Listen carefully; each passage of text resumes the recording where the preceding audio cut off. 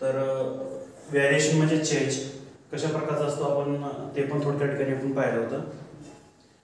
तर आजच्या तासिकेमध्ये ठिकाणी आपण व्हेरिएशनचे प्रकार या ठिकाणी आपण पाहणार आहोत. व्हेरिएशन या ठिकाणी दोन प्रकारच्या ठिकाणी घडत असते. ओके,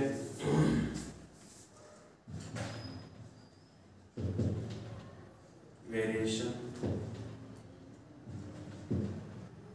तर व्हेरिएशनचे आपण दोन प्रकार करणार. एक डायरेक्ट व्हेरिएशन, डायरेक्ट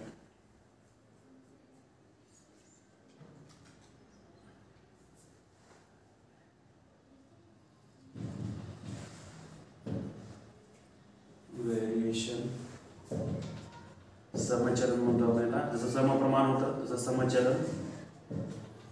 त्यानंतर इनवर्स व्हेरिएशन,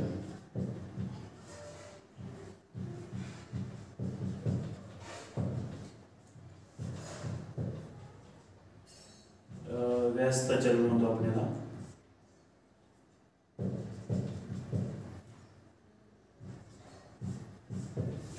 आपण व्यस्त चलन असे दोन प्रकार या ठिकाणी आपल्याला पाहायचे आहेत. एक डायरेक्ट व्हेरिएशन आणि इनवर्स व्हेरिएशन. ओके,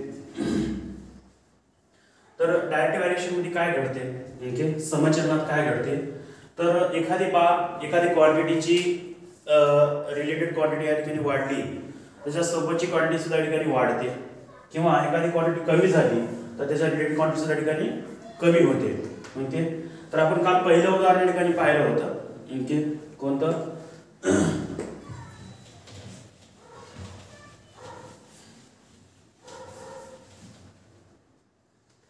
समजा आपल्याकडे आपण नंबर ऑफ नोटबुक घेतले. समजा 1 नोटबुक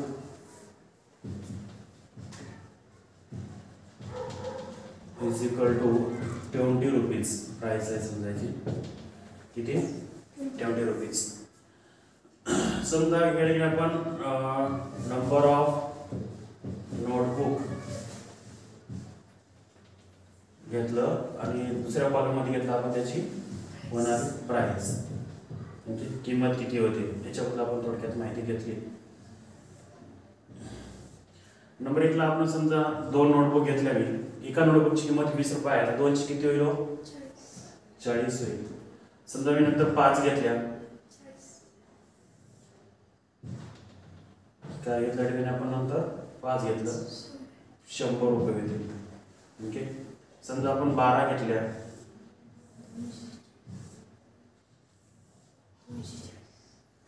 तर 12 2 40 म्हणजे 240 रुपयाला डझन भेटेल तुम्हाला. समजा मी 30 घेतल्या, किती रुपयाला भेटेल, 600 रुपयाला. समजा मी दुसऱ्या वेळेस 6 घेतल्या, अर्धा डझन फक्त. ओके, 6 12 120 रुपये. ओके, किंवा 15 घेतला, काय वाले 15 2 300. तर अशा प्रकारच्या ठिकाणी बघा 2 वह्यांची किंमत 40 रुपये आहे. त्यानंतर आपण वह्यांची संख्या वाढवली, किती केली ठिकाणी 5. तर इथे यांची किंमत पण वाढली, किती झाली ठिकाणी 100. ओके, म्हणजे एखादी बाब, इथली बाब म्हणजे ही पहिली बाब, ही दुसरी बाब, ही तिसरी बाब, हे चौथी, हे पाचवी, हे सहावी असं आपण गृहीत धरलं. समजा ही पहिली होती, पहिलीच्या वेळेस आपण दुसरी घेतली, दुसरी पहिलीपेक्षा वाढवली तर त्याच्या संबंधित असणारी बाब म्हणजे त्याचं रुपीज या ठिकाणी वाढलं. पुन्हा आपण याच्यापेक्षा पुन्हा तिसरी बाब वाढवली, 12 रुपये घेतलं, 12 वह्या घेतल्या समजा, तर 12 वह्याची किंमत ठिकाणी 240, म्हणजे याच्यापेक्षा ही रक्कम पुन्हा मोठी झाली, म्हणजे समान वाढली तर वाढायली, बरोबर आहे ना. त्यानंतर आपण तिसरी याच्यापेक्षा जास्त वाढवली, 30 वह्या घेतल्या एकदाच, तर आपला 600, याच्यापेक्षा इथल्या रकमेपेक्षा ही रक्कम पण वाढली. पुन्हा आपण काय केलं, याच्यापेक्षा किती एक पटीने आपण कमी घेतल्या, समजा 6 वह्या घेतल्या, तर इथली येणारी रक्कम सुद्धा याच्यापेक्षा कमीच झाली, म्हणजे इथली डिक्रीज झाली की त्याच्या संबंधित बाब या ठिकाणी ऑल्सो डिक्रीज. इन्क्रीज झाली इन्क्रीज, डिक्रीज झाले डिक्रीज, म्हणजे इन्क्रीज इन्क्रीज डिक्रीज डिक्रीज असं होत असेल. कमी झाली कमीच आणि वाढली वाढत जात असेल, तर अशा परिस्थितीला आपण ठिकाणी डायरेक्ट व्हेरिएशन असं म्हणू शकतो. ओके, आणि यांच्यामध्ये या दोघांचा रेशो म्हणजे रिलेटेड क्वांटिटीचा रेशो जर आपण तुम्ही करून बघितला कॉन्स्टंट येतो म्हणजे 2/14 आला तर बे एक बे बे दोन्ही 4 किती आलं 1/20. त्यानंतर 5/100 याचं जर काढून बघितला 5 एक 5 5 दोन्ही 10 1/20. नंतर 12 भागिले 240 12 एक 12 12 दोन्ही 24 म्हणजे प्रत्येकाचा रेशो ठिकाणी कॉन्स्टंट येतो म्हणजे तेवढाच येतो. रिलेटिव्ह क्वांटिटीचा रेशो जर घेतला तुम्ही first quantity by second first second first second first second okay त्याच्या संबंधित असणाऱ्या बाबींचा रेशो हा प्रोपोर्शन मध्ये येतो म्हणजे कॉन्स्टंट येतो हे आपल्या ठिकाणी सांगायचं आहे. जर अशा व्हेरिएशनला आपल्या काय ठिकाणी डायरेक्ट व्हेरिएशन असं म्हणता येते. ओके तर आपण थोडक्यात माहिती घेतली की समजून घेतलं की एखादी बाब वाढली की त्याच्या संबंधित बाब वाढत आहे क्वांटिटी वाढत आहे. एखादी बाब कमी झाली त्याच्या संबंधित बाब त्या ठिकाणी कमी होत आहे म्हणजे वाढली की वाढत असेल किंवा कमी झाली तर कमी होत असेल अशा म्हणजे समघटक घडते. वाढली तर वाढतेच आणि कमी झाली तर कमीच होते. ओके कमीला कमीच आणि वाढीला वाढच जर असं घडत असेल तर आपण ठिकाणी डायरेक्ट व्हेरिएशन असं म्हणतो किंवा म्हणू शकतो. ओके तर याप्रमाणे आपल्या याची व्याख्या या ठिकाणी पाहता येते.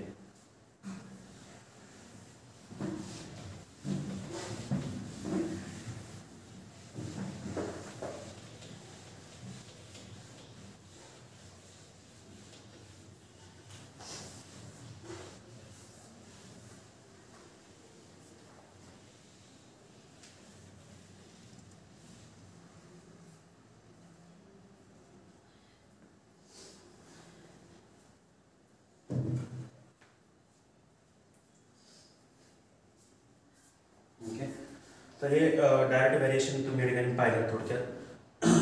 काय जर डेफिनेशन घेतलं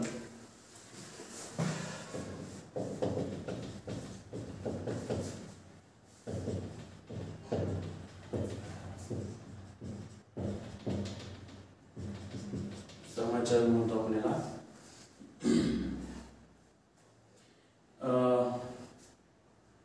if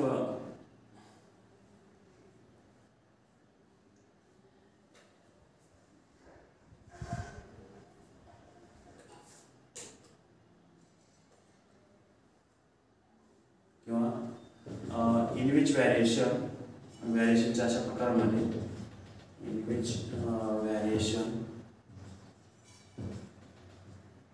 if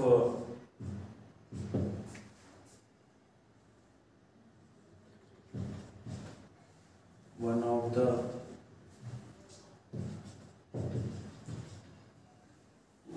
quantity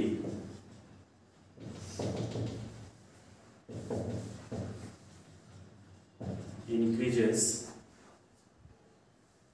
their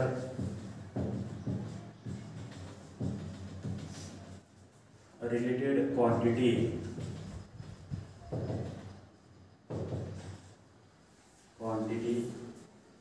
increases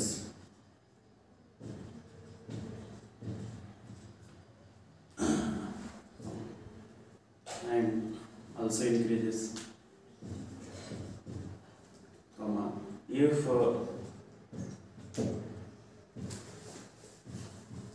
one of the quantity decreases their related quantity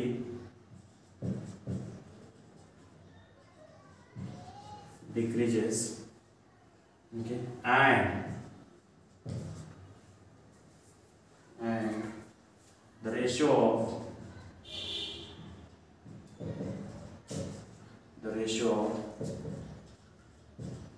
two related quantity are constant.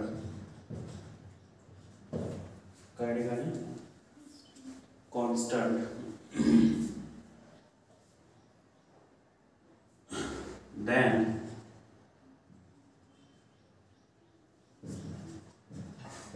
that type of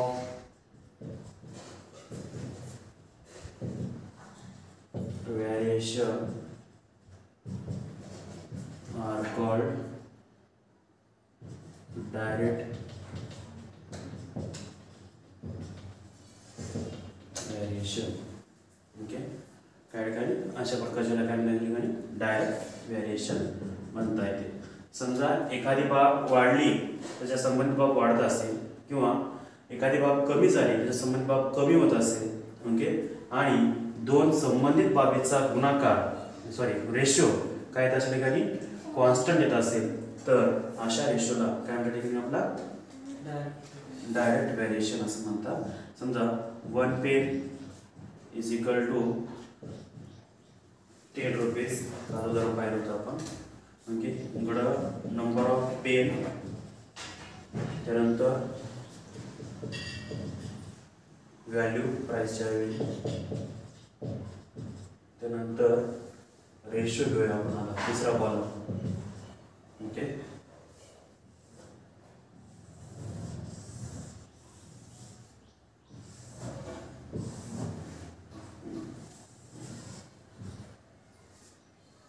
समजा 5 पेन घेतले आपण तर 50 रुपये लागतील. 5/15 केला त्या ठिकाणी 1/10.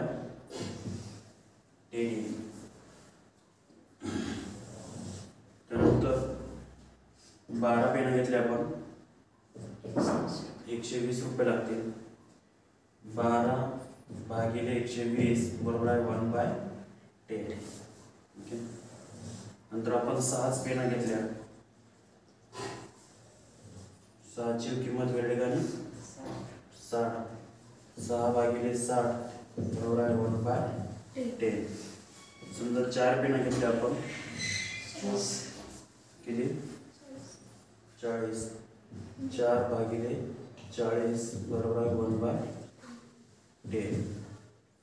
समजा आपण 10 पेन घेतल्या 100 रुपये. 10/100 बरोबर आहे 1/10.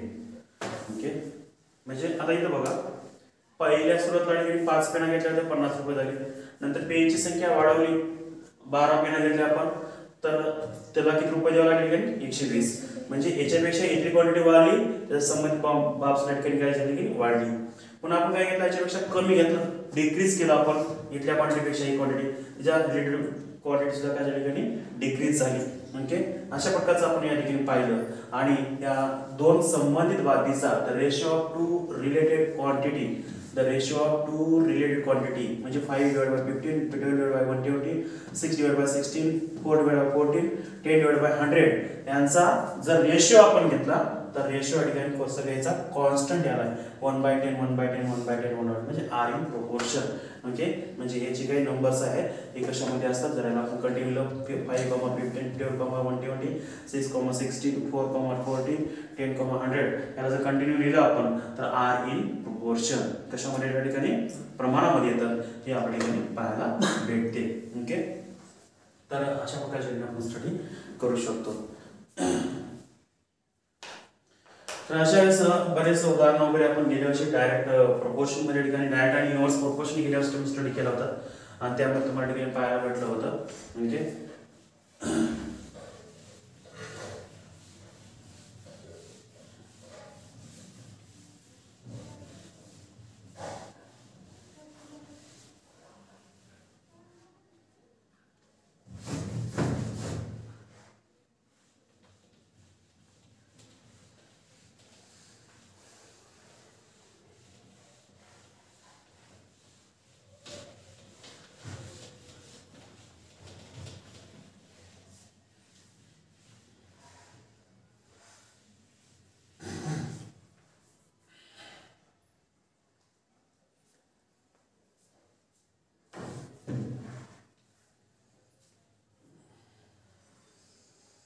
त्याच्यानंतर आपण डायरेक्ट व्हेरिएशन समजा दोन क्वांटिटी आहेत आपल्याकडं.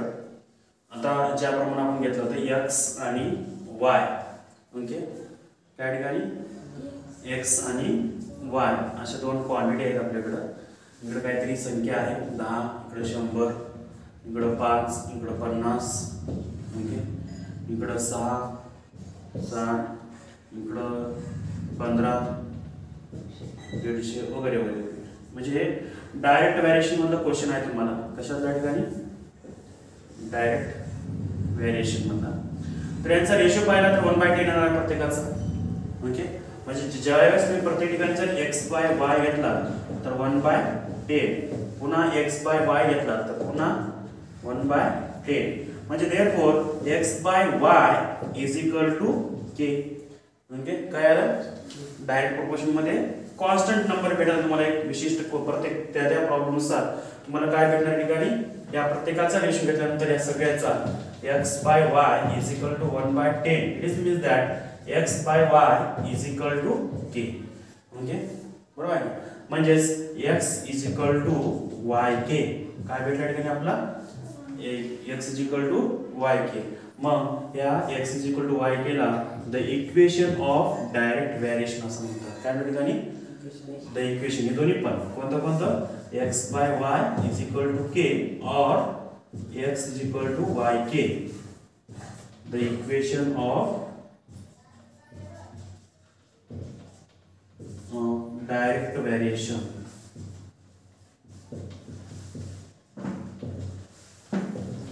ओके, समचलनाचं समीकरण असं म्हणतात. समचलनाचे समीकरण. ओके, कोणतं? x/y म्हणजे कुठल्याही दोन क्वांटिटीचा रेशो घ्यायचा is equal to constant number तुम्हाला प्राप्त करता सांगता येतो.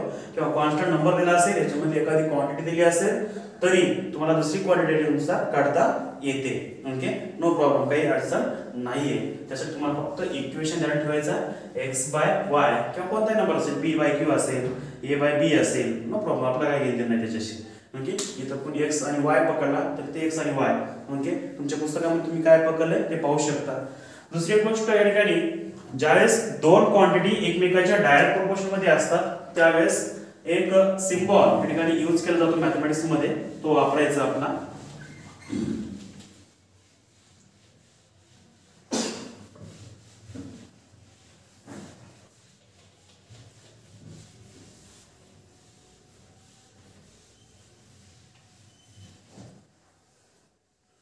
तर सिम्बॉल आहे आपल्याकडे या ठिकाणी.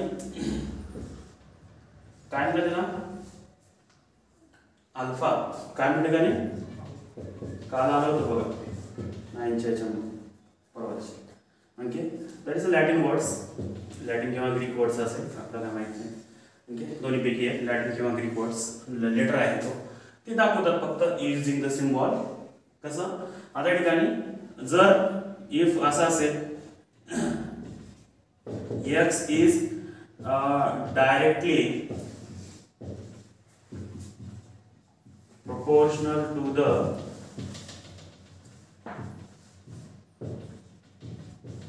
y. असं म्हणायचं आहे. काय म्हणायचं? x is directly proportional to the y. x हा किंवा y हा, x हा, x is directly proportional to the y. म्हणजे x हा y च्या समप्रमाणात किंवा डायरेक्ट व्हेरिएशन किंवा प्रमाणात म्हणा किंवा व्हेरिएशन म्हणा, काय फरक पडत नाही, प्रमाणात आहे असं दाखवायचं आहे आपल्याला. तर याला असं लिहितात x is directly proportional to y. Okay, कसं लिहायचं एवढ्या शब्दाच्या ठिकाणी? याला वाचन काय करायचं आता? x is directly proportional to y. म्हणजे डायरेक्टली प्रोपोर्शनल टू म्हणलं आणि याच्यापासून जर इक्वेशन तयार करा म्हटलं की डायरेक्टली हा शब्द आला किंवा असे होऊ शकते x is directly proportional to 1/y असे म्हणू शकते त्याला, नो प्रॉब्लेम, आपल्याला घेणार आहे त्याच्याशी. म्हणजे ज्या ज्यावेळेस तुम्ही असं काही म्हणलं त्यावेळेस त्यांचं काय करायचं ठिकाणी, जर याच्यापासून इक्वेशन तयार करायचं असेल तर त्या दोघांचा रेशो घ्यायचा. काय घ्यायच्या ठिकाणी? रेशो. म्हणून डायरेक्टली प्रोपोर्शनल मध्ये काय असतं आपल्याला माहिती आहे, त्या दोन क्वांटिटीचा रेशो असतो. ओके, आणि त्यांचा रेशो कॉन्स्टंट येतो म्हणून इज इक्वल टू के. काय म्हणायच्या ठिकाणी? Is equal to K. Okay, तर अशा प्रकारच्या ठिकाणी समीकरण या डायरेक्टली. आता तुम्हाला 9th क्लास झाल्यानंतर फिजिक्स मध्ये पहिल्याच पार्ट मध्ये बरेच काही असे प्रॉब्लेम्स आहेत किंवा याच्या अगोदर पण काही शब्द आले असतील मास ग्रॅव्हिटेशन फोर्सचे वगैरे directly proportional to mass body velocity वगैरे हे शब्द तिथे तुम्हाला येणारच आहे. मग त्यावेळेस डायरेक्टली म्हणलं की काय करणार की ज्याच्याशी डायरेक्टली म्हटलं त्याच्याशी त्याचा गुणोत्तर घ्यायचं. ओके काय म्हणतात ओके मास समजा V is directly proportional to the m असं काहीतरी म्हणलं समजा काय त्या ठिकाणी काहीतरी असेल directly proportional to the Vm म्हणलं तर अशा वेळेस काय करायचं V divide by m is equal to whatever constant. Okay काय ठिकाणी जे काय असेल कॉन्स्टंट C वापरला असेल काय वापरला असेल अशा प्रकारचं किंवा V is equal directly proportional to the 1/t असं काहीतरी आलं समजा.